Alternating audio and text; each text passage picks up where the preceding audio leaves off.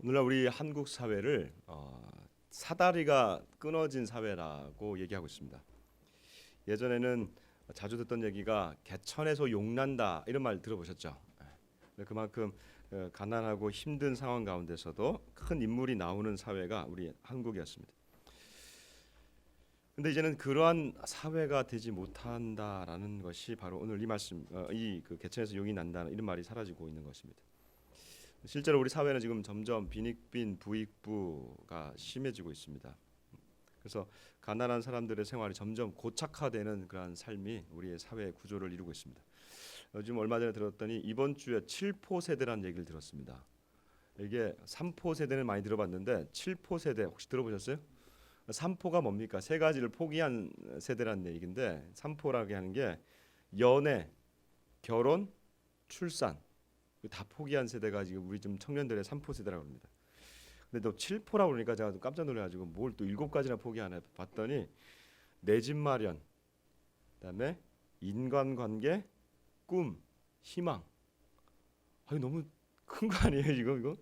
우리 사회가 지금 7포 사회까지 되어버린 그러한 사회가 되어버리겠습니다. 그러니까 청년들이 이 얘기를 하면서 조사를 했더니 사회 구조가 바뀌지 않으면 이러한 것을 극복하기가 어렵다라고 굉장히 지금 이 사회에 대한 불만을 얘기하고 있습니다.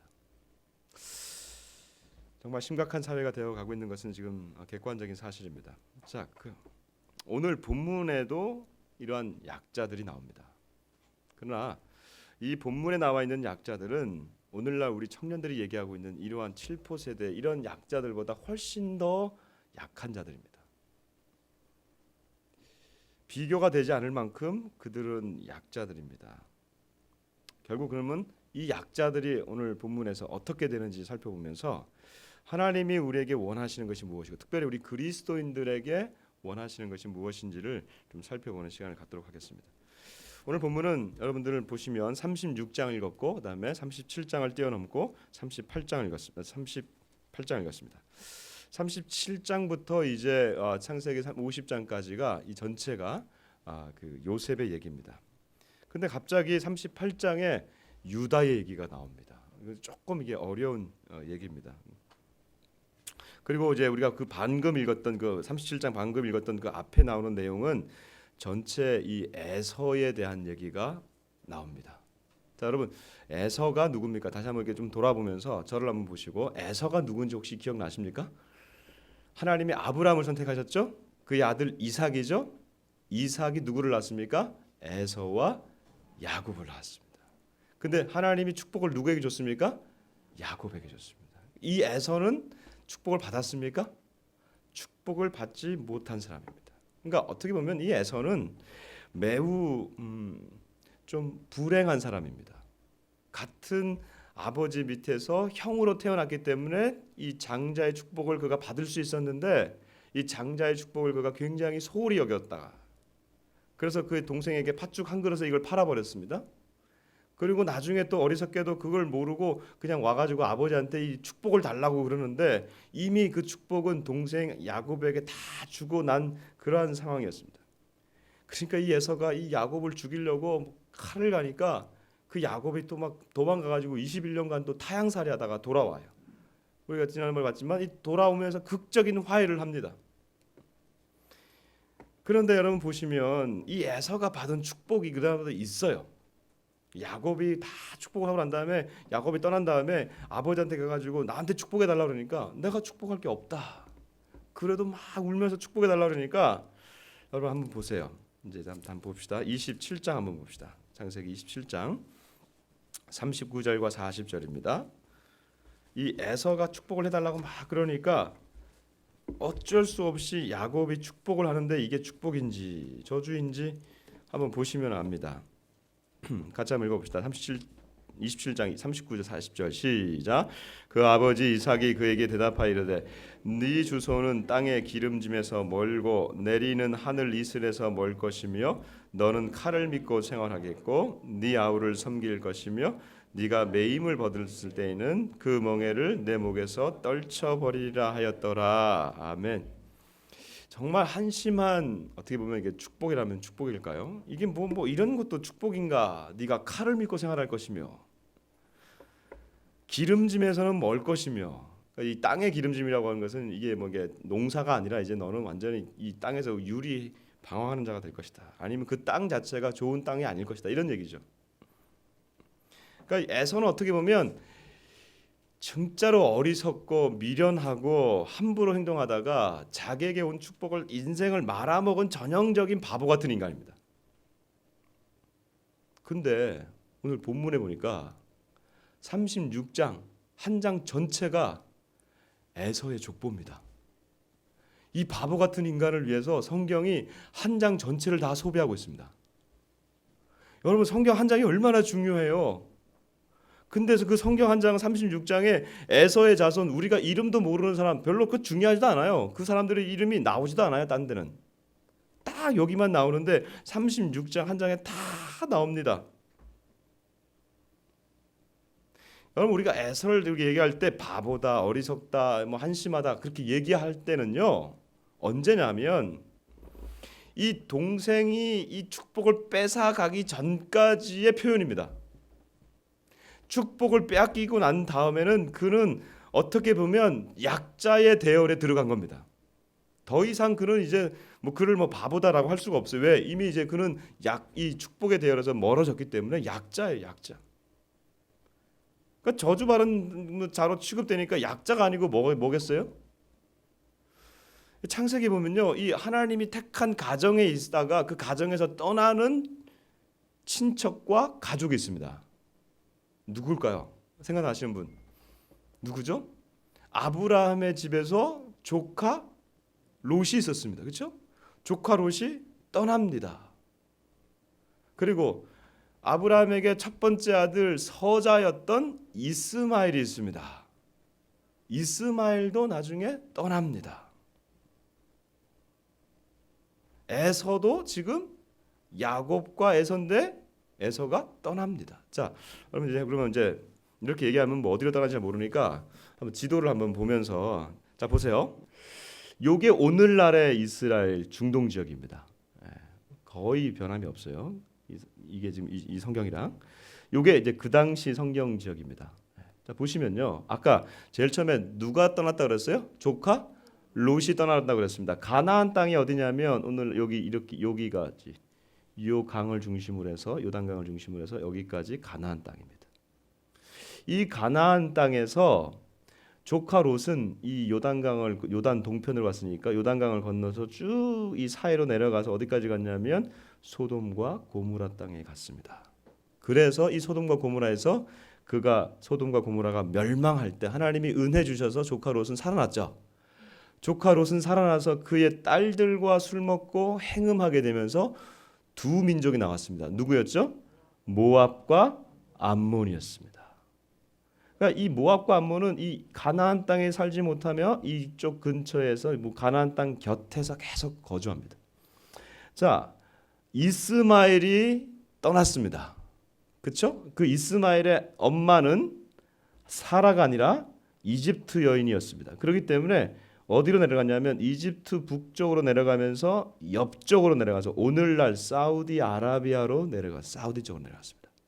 이스마엘의 후손은 결국 오늘날 이 무슬림들의 조상이 된다고 제가 말씀드렸습니다. 그리고 오늘 이제 에서 36장 전체를 다 통과하고 있는 이 에서는 어디로 사냐면 이 가나안 땅에서 내려와서 이 가나안 끝에 보면 세일산이라고 있습니다. 이 세일산을 중심으로 해서 내려가서 누구의 민족이 되냐면 에서는 에돔 민족의 조상이 됩니다. 자, 가나안 땅을 다 떠난 사람들 오늘날에도 보면 그대로 비슷합니다. 이 이스라엘을 중심으로 모압과 암몬과 그다음에 에돔 이것이 오늘날 요르단 지역을 형성하고 있습니다. 그리고 이스마엘은 이 사우디아라비아를 형성하고 있습니다. 이 보시면요. 축복의 자녀들이 다 떠났습니다. 그 가문에서 다 떠났습니다. 그렇죠? 그러면 떠나면 저주받은 거나 마찬가지인데 이 떠난 자들의 민족이 멸망하지 않습니다. 계속해서 이 가나안 주변에 머물고 있습니다.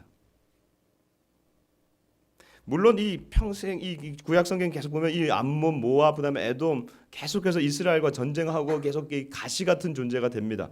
그럼에도 불구하고 이들이 하나님의 보호하심이 없었다면 이 민족은 다 멸망해 버렸을 거예요. 그러나 멸망하지 않는 거 보면은 하나님이 이 축복의 대열에서 떨어져 나갔을 때 이들이 약자가 되거든요. 그럼에도 불구하고 이 약자들을 보호해 주시는 것을 오늘 우리 36장 에서의 가문에서 우리가 볼 수 있는 겁니다.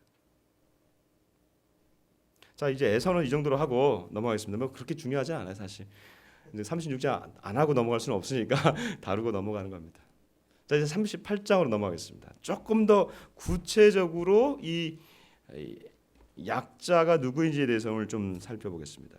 여러분, 두 번째 인물은 고대 사회에서 가장 약자인 여성이 나옵니다.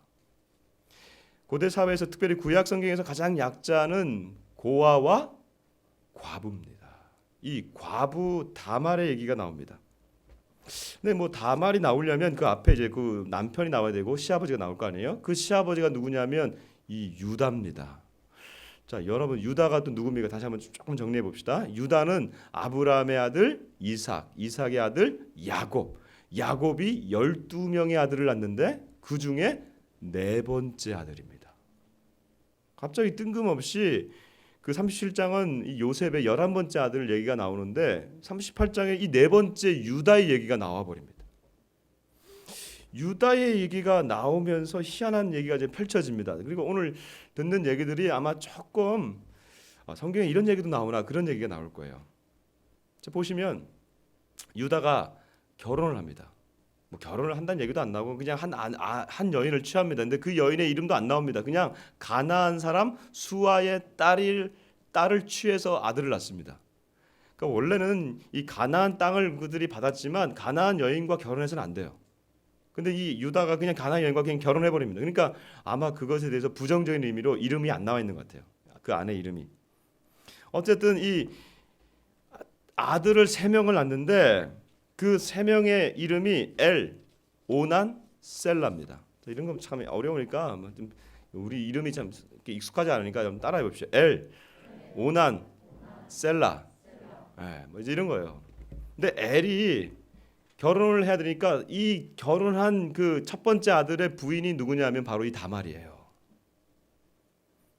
근데 이제 이 부인이 같이 살고 있는데 이 엘이 하나님 앞에서 죽습니다. 이게 그냥 죽는 게 아니라 하나님 앞에서 죽는데요. 자, 그 왜 죽는지 우리 그 주보 여러분들 보시면 북한 성경 있죠? 한번 보세요. 제가요 이 북한 성경 볼 때마다 정말 감동이 돼요. 38장 7절 한번 보십시오. 38장 7절 보셨어요? 두 분 넘기시면 시작. 유다의 맏아들 엘은 여호와의 눈밖에 나서 죽었다. 너무 쉽게 나와 있죠. 눈밖에 나서 죽었다 이런 표현을 씁니다. 한국 성경에는 여호와 보시기에 악하기에 죽었다 이렇게 돼 있습니다. 여호와 보시기에 악해서 죽는다. 이 표현은 신명기에 보면 우상 숭배와 연결되어 있습니다. 그러니까 엘이 갑자기 죽은 게 아니에요. 이 엘이라고 하는 첫 번째 아들은 우상을 숭배하는 그러한 자였던 것 같아요. 그래서 뭐 하나님이 죽였던 것도 있고 이거 신명기에 보면 우상 숭배하는 자는 돌로 치라고 있거든요. 그러니까 아마 그런 형태로 아마 이 엘이 죽은 것 같아요. 그러니까 이 유다의 집에는 우상 숭배가 있었어요. 두 번째 아들 누구라고 했어요? 오난이었어요. 오난 참 힘들 난자예요. 왜 오난이냐? 왜 그렇게 얘기하냐? 이 오난이 형이 죽으니까 형수가 과부가 되지 않습니까? 이제 오늘날 이런 법은 없는데 형수가 과부가 되고 형이 아들을 남기지 못하면 고대 사회에 그 둘째 동생이 그 형수랑 잠자리를 합니다. 그래서 그 형의 가문에 아들을 낳을 때까지 그 관계를 해야 됩니다. 그렇지 않으면 왜 이게 그러냐면 이 가정에 있어서 아들이 없으면 그 집에서 받는 유산이 없어지는 겁니다. 근데 이 둘째 오난이 그 형수랑 잠자리를 하면서 앞만 봐도 이 형수에게 아들을 줘버리면, 아들이 낳게 되면 그 아들이 그 형의 재산을 가져갈 거 아니에요. 그러면 다른 말로 하면 자기가 형의 자리를 차지할 수 있는데, 지금 아들이 없으면 형의 자리를, 내가 자리를 잘못하면 차지하지 못하는 거예요. 이해가십니까? 그러니까 이 오난도 둘째지만 이 형의 자리를 차지하려고 일부러 그 씨를 주지 않습니다. 한 번만 주지 않는 게 아니라 계속해서 하면서 이 잠자리를 가지면서 씨를 주지 않습니다. 하나님이 이걸 보면서 굉장히 악하게 여기셔서 즉사하게 됩니다. 자, 이 가정도 참, 그러니까 이 가정에 우상 숭배와 이 오난을 통해서 욕심이 있었던 것을 보게 됩니다. 자, 그러면 여러분, 이쯤 되면 이제 세 번째 아들 셀라가 이제 또 그 형수한테 들어가야 되는데, 아버지 유다가 이걸 주겠어요? 아니, 내 아들 잡아먹는 나쁜 뭐 이렇게 하면서 얘기하지 않겠어요? 더 이상 줄 수가 없는 거죠. 그리고 셀라가 아직 어립니다. 그러니까 이렇게 얘기합니다. 다음 며느리에게, 너는 이제 네 집에 가라. 내 아들이 아직 어리니까 내가 이 아들이 좀 크면 그때 와라 하면서 돌려보내지만 사실은 전혀 주고 싶은 마음이 없는 거죠. 그러면 지금 이 다말, 아무런 힘이 없고 이제 집으로 돌려가게 되면 과부로 비참하게 그의 인생을 살아야 됩니다. 아무도 고대 사회에서 남편이나 아들이 없는 여인은 이건 정말 불행한 여인이거든요. 사회적 약자거든요. 그러니까 이 가정에는 세 번째로 이 유다의 두려움이 있었어요. 그러니까 우상 숭배도 있지, 욕심도 있지, 두려움도 있는 이런 유다의 가문이에요. 시간이 더 지나서 나중에 셀라가 자랐습니다. 셋째 아들이 자랐어요. 이게 재밌는 스토리죠 지금. 근데 재미없어 보이세요 여러분들?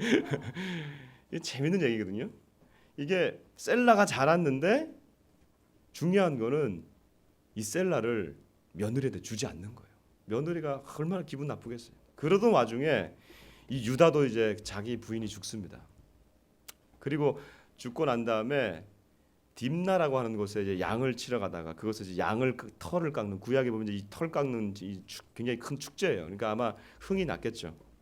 유다도 아마 흥이 나고 그냥 기분도 풀어지고 부인도 없고 그러니까 딥나라고 하는데, 그 얘기를 이 며느리 다말이 들은 겁니다. 그러면서 그가 과부가 되면 과부가 입는 옷이 있는데 그것을 벗어버리고 그 딥나에 가가지고 미리 서서 길가에 앉아 있습니다. 얼굴을 다 가리고. 그 얘기는 무슨 얘기냐면, 나는 몸을 파는 여자입니다 라는 것을 보여주는 겁니다. 이때 유다가 지나가면서 자기의 며느리인지를 알지 못하고, 이 며느리인지를 알지 못하고 그 여인과 같이 거래를 하게 됩니다. 그리고 그 어떤 이제 오늘날로 말하면 이제 모텔로 들어가는 거죠. 제가 설교를 이런 식으로 해야 된다는 게 참 제가 좀 오늘 좀 비참합니다만 성경에 이게 나와 있어요 이게. 그러면서 그들이 관계하기 전에 얘기를 합니다. 당신이 나한테 뭘 줄 수 있습니까? 아니, 그러니까 이 유다가 며느리인지 아직도 몰라요.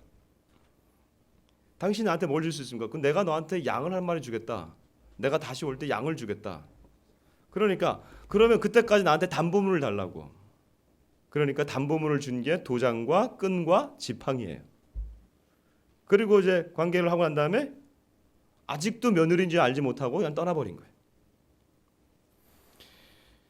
자, 보십시오.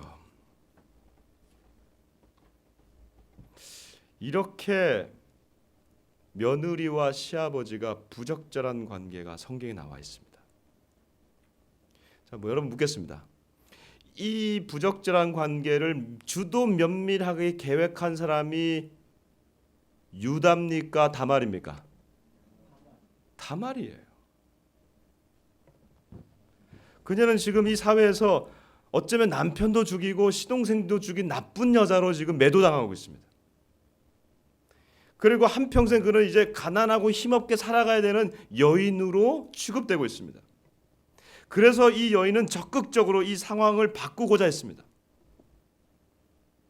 창세기에 보면 하나님이 선택받아 가지고 이 역사를 바꾼 인물들이 많이 나와요. 아브라함도 그렇죠, 그렇죠? 이삭도 그렇죠, 야곱도 그렇죠. 근데 그들 옆에 이 결정적인 역할을 하는 사람들이 여인들이 있습니다. 아브라함 옆에는 사라가 있었어요. 정말 사람들이 보기에는 정말 어떻게 아들을 낳을 수 있을까? 아들이 없는데, 근데 90세의 믿음으로 아들을 낳았어요. 우여곡절이 있었지만. 그리고 이 에서의 이 이삭의 아들 이 에서와 야곱이 있었습니다. 원래 이 축복은 큰 아들 에서에게 가게 돼 있습니다. 그런데 야곱이 가로채는데 그 야곱이 가로챌 수 있도록 옆에서 완전히 계획적으로 꾸민 사람은 그의 어머니 리브가였어요.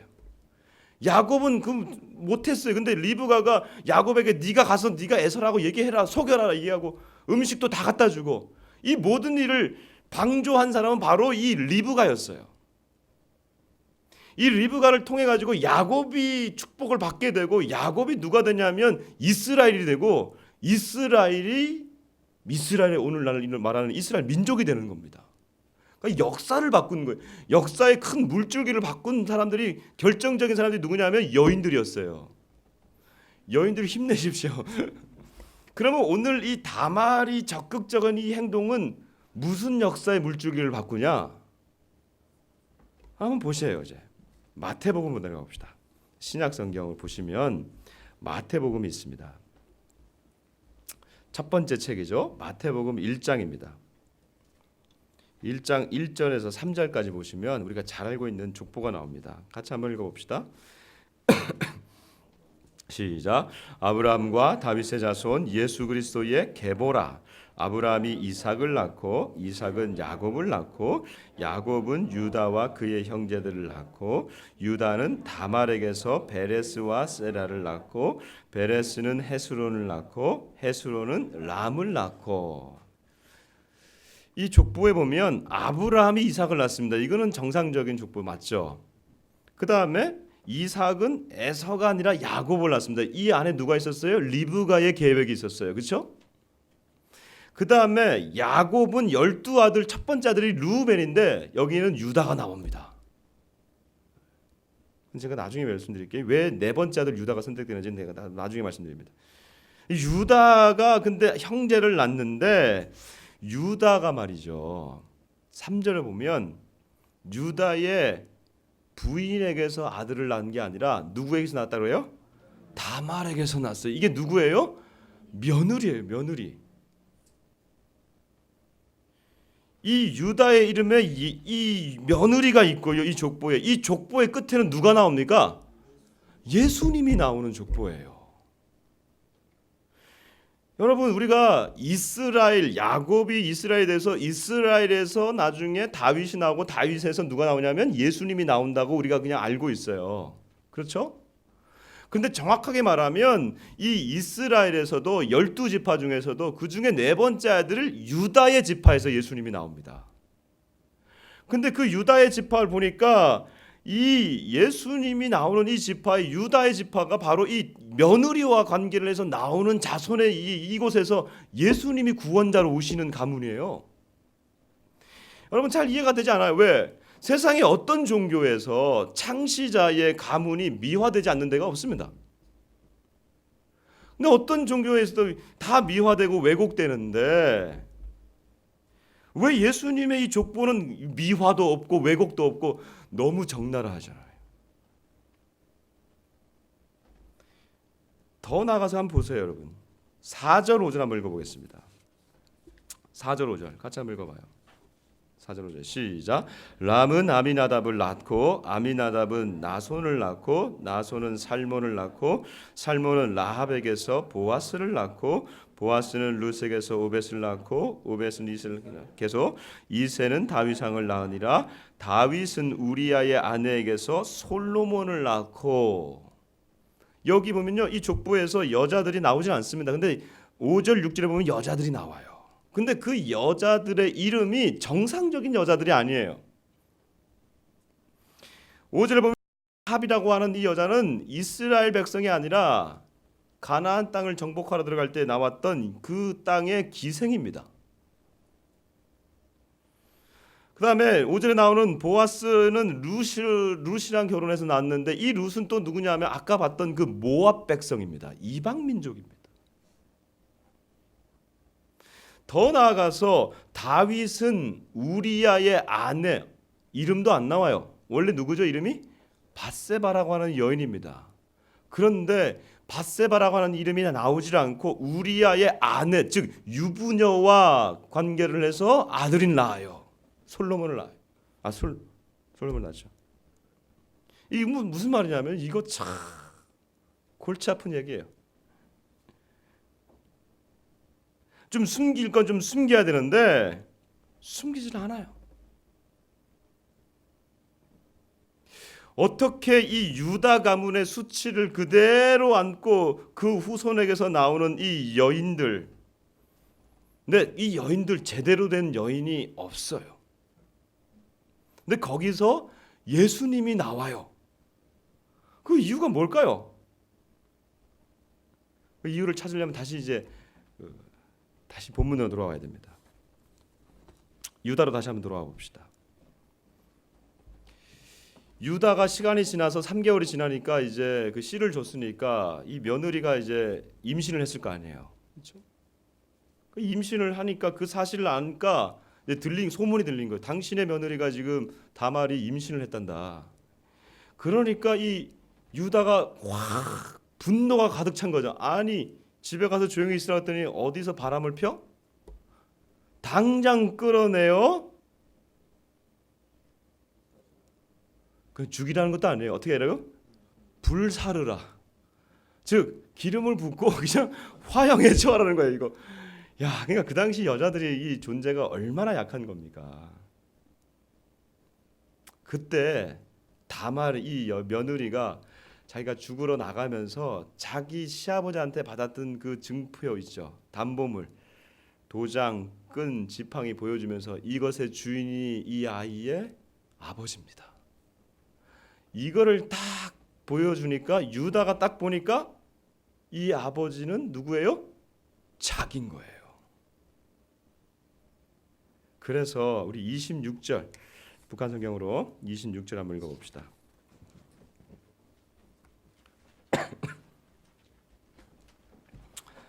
자, 26절 읽습니다. 시작. 유다는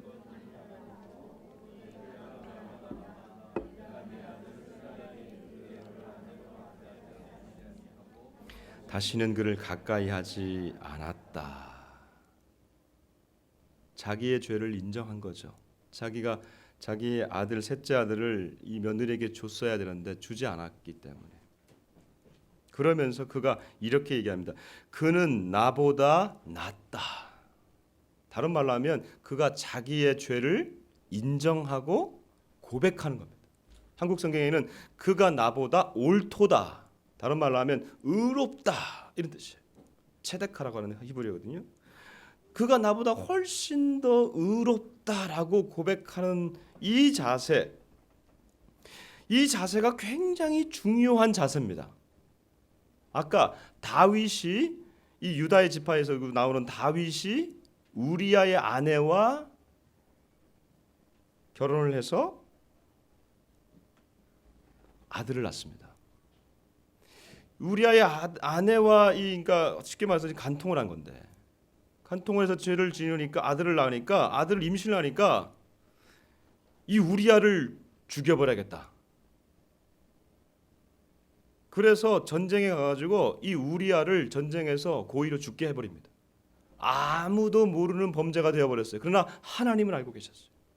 하나님이 나단 선지자를 통해서 이 다윗 왕에게 와가지고 왕이여 당신이 죽였습니다 라고 직고해버리니까 왕이 그 앞에서 화를 낼 수 있죠. 네가 뭔데 나한테 이러냐 하면서 죽일 수도 있지만 그 다윗도 이 말씀을 듣고 무릎을 꿇고 회개합니다.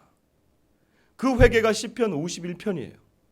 한 편을 시편 한 편을 다 쓰면서 그가 하나님 앞에 절절하게 회개합니다. 1절에 이렇게 나와 있습니다. 하나님이여 주의 인자를 따라 내게 은혜를 베푸시며 주의 많은 긍휼을 따라 내 죄악을 지워주소서.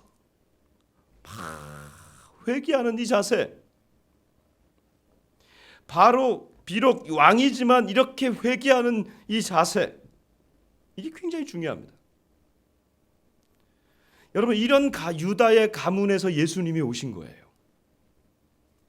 저는 이 사실들에서 두 가지를 여러분들과 나누고 싶습니다. 첫 번째는 예수님이 이 유다의 가문에서 오신 그 이유는요, 예수님이 약자들의 이 절박한 상황을 가장 잘 이해하신다는 겁니다. 그것은 당시 가장 사회적 약자였던 자들이 고아와 과부, 특별히 여인들이었습니다. 가난하고 소외받고 고아와 과부를 돌보라고 하는 이 명령을 주신 이유도 가장 소외받는 자들, 사회적 약자들에 대한 하나님의 배려였습니다. 그러나 오늘 우리들의 모습은 어떻습니까? 이 예수님께서 이 유다 땅에, 유다의 가문에 오신 그 정신은 약자들을 가장 이해한다고 하는 것인데, 그 예수님을 믿는 저와 여러분들, 그리고 우리 믿음의 공동체들은 과연 이런 약자들을 위해서 일하고 있습니까? 처절한 상황에 처한 다말을 위해서 우리가 일하고 있습니까? 빌립보서 2장 6절에 보면, 7절에 보면 예수님께서 이 땅에 내려오시는 과정을 얘기해 주세요. 그는 근본 하나님과 본체시나 같은 하나님이에요. 그가 동등됨을, 하나님과 하늘에 계셔서 동등하시는데 그가 동등됨을 취할 것으로 여기지 아니하시고 오히려 자기를 비워서 종의 형체를 가졌다고 그랬어요. 이게 뭐냐면 사람의 몸이에요. 그 하나님이, 예수님이 하나님이신데 그 하나님이 이 땅에 내려오면서 사람의 모양으로 내려오셨는데, 그 사람의 모양이 어느 가문이냐면 유다 가문이에요. 죄가 가장 많은 그 처절한 가문, 유다 가문. 예수님이 이 땅에 내려오셨을 때, 그도 이 베들레헴에서 태어나셨을 때 그가 첫 번째 누였던 곳이 바로 말구유 아닙니까? 말 먹이통 아닙니까? 있을 곳이 없어서 그가 이 구유통에서 태어나신 분 아니십니까? 그가 사람의 모양으로 태어나셨고 이 유다 가문에 태어났다고 하는 것은 억울하고 소외받은 자들을 위해서 이 땅에 오셨다는 것입니다. 그런데 우리가 이런 예수님을 믿고 따른다고 하면서도 이들을 위한 정신은 지금 어디로 갔는지 모르고요. 예수를 믿는 자들이 오히려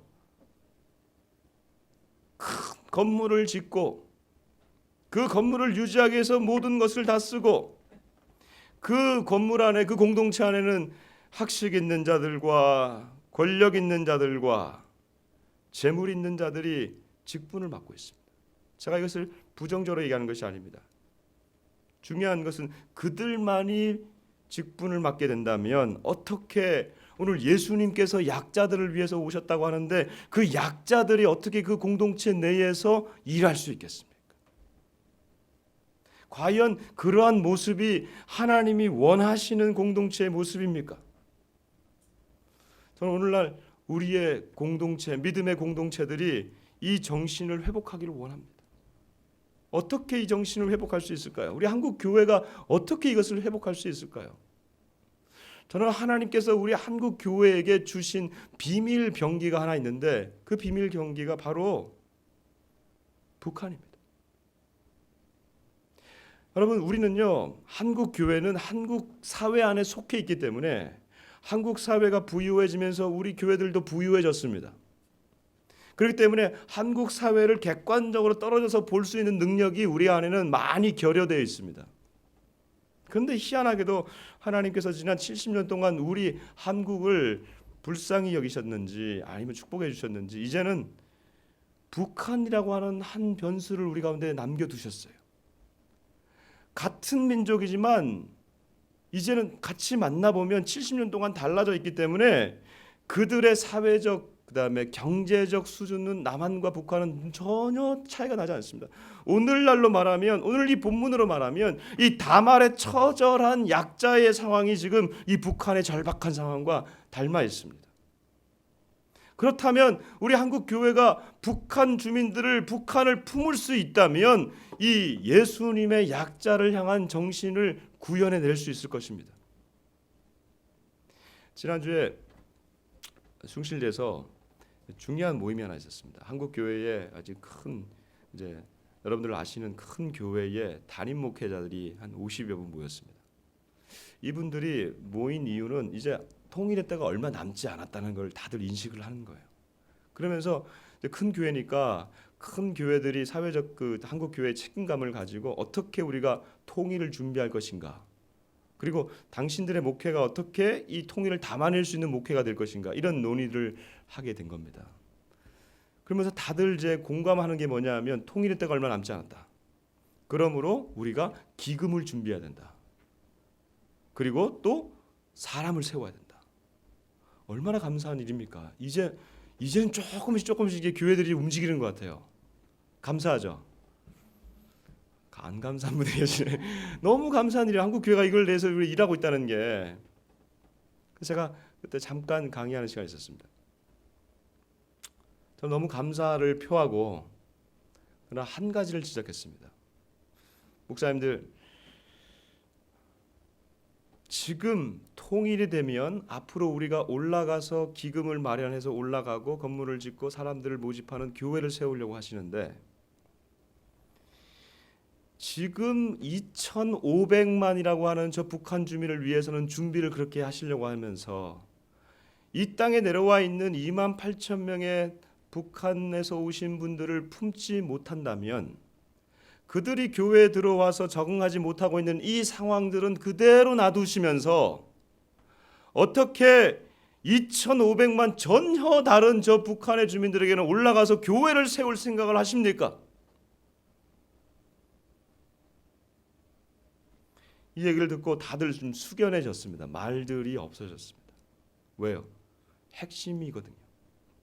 지금 내려와 있는 분들과 함께 하지 못하는 교회가 어떻게 2,500만이나 되는 남한 인구의 절반과 함께 갈 수 있습니다. 과연 예수님께서 이 땅의 낮은 곳으로 오셨는데, 예수님이 정말로 우리 한국교회에 오셔서 그 교회에 들어가신다면 예수님도 지금 대접받을 수 있을까요? 우리가 제일 경계해야 되는 모습입니다. 둘째로는 예수님이 이 허물 많은 유다의 가문에서 오신 것, 그것은 저와 여러분이 그만큼 허물 많은 인간인 것을 알고 계시다는 것을 말합니다. 그러나 그 허물이 하나님이 우리를 구원하시는데 장애물이 되지 않는 것을 예수님이 그 유다 가문에서 오신 것을 통해서 알 수가 있습니다. 여러분, 만약에 여러분 중에서 나는 너보다 의롭다라고 얘기하는 사람이 있으면 그 사람은 거짓말이고 자기를 속이는 거예요. 왜? 로마서에 보면 의인은 없나니 아무도 없고 선한을 행하는 자가 없나니 아무도 없도다, 하나도 없도다라고 말하고 있습니다. 저와 여러분 아무도 의인이 아닙니다. 우리는 의를 자랑할 수가 없습니다. 그냥 하나님이 우리를 가엾게 여기시고 불쌍히 여기시고 이쁘게 여기시니까 우리가 구원을 받는 것이죠. 예수님이 이 유다 가문에 오신 이유는 바로 이것입니다. 가장 약한 자들을, 그리고 악한 자들을 구원하시기 위해서 유다 가문에 오신 것을 보여주고 계신 겁니다. 여러분, 유다를 보면, 그 시아버지인 유다를 보면 내가 보입니다. 유다가 바로 납니다. 유다 가문에 있었던 우상 숭배, 그 안에 있었던 욕심, 두려움, 그 모든 게 내 안에 있습니다. 내가 지은, 유다가 지은 그 도덕적 부패함, 그게 내 안에 있습니다. 그러니까 이 유다의 가문에 예수님이 오신 것은 바로 유다 같은 나에게도 나 같은 자도 구원받을 수 있다라고 하는 것을 알려주시는 사건입니다. 다말을 보면 여러분 약자들의 반란을 볼 수 있는 것 같습니다. 가장 약한 자들의 이 몸짓, 주님은 다말의 이 몸짓을 몸부림을 통해서 예수님이라고 하는 놀라운 은혜로 사용하셨습니다. 우리가 약할 때 주님이 일하십니다. 주님, 이 세상에서 저는 너무 허물 많은 존재입니다. 나는 너무 부끄럽습니다. 라고 기도하면 주님이 그 기도 들으시고 외면하지 않으십니다. 왜요? 그분이 다 아시잖아요. 그렇기 때문에 유다 가문에 오신 거잖아요. 그렇기 때문에 그 모든 허물을 다 아시기 때문에 성경엔 이렇게 표현되어 있습니다. 이사야서 53장 6절에 보면 그가 찔림은 우리의 허물을 인함이요 그가 상함은 우리의 죄악을 인함이라. 우리의 허물과 죄악을 다 아시기 때문에 그 허물과 그 죄악을 우리의 허물과 죄악을 다 지시고 그가 찔리시고 상하셨습니다. 십자가에서 그가 다 해결하셨습니다. 여러분 약하다고 생각하시는 분들 이 안에 계시죠? 아마 다말이 격하게 공감되시는 분들 계시죠? 바로 다말이기 때문에 그렇습니다. 살기 위해서 몸부림치실 수밖에 없는 그런 상황들이 있으셨죠. 그것이 죄로 연결됐던 적이 너무나 많이 있죠. 그 허물 때문에 주님 앞에 나오지 못한다면 여러분 주님의 마음을 지금 오해하고 계신 겁니다.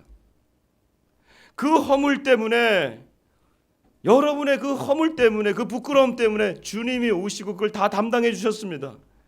그러므로 우리의 시각을 바꿔서 우리의 허물을 짊어지신 그 예수님 때문에 내가 주님 앞에 나아갈 수가 있습니다. 이것을 우리는 기독교 용어로 은혜라고 합니다. 내 생각엔 안 되는 것 같은데 하나님은 그 길을 열어놓으셨으니 그것을 우리가 은혜라고 하는 것입니다. 이 은혜를 누리시기를 바랍니다. 말씀을 마칩니다. 유다 가문에 오신 주님, 우리는 이해할 수 없는 그 유다 가문이었지만 그 주님은 우리의 약함과 허물을 다 아십니다. 그것을 위해서 주님이 십자가를 지셨습니다. 그분은 하늘에 오셔서 우리 인간 세계와 전혀 동떨어지신 분이 아니고 우리의 악함과 약함 그리고 허물을 다 체험하시고 그것을 십자가에서 해결해 주셨습니다. 그것을 믿을 때에 저와 여러분의 문제가 해결함을 받습니다.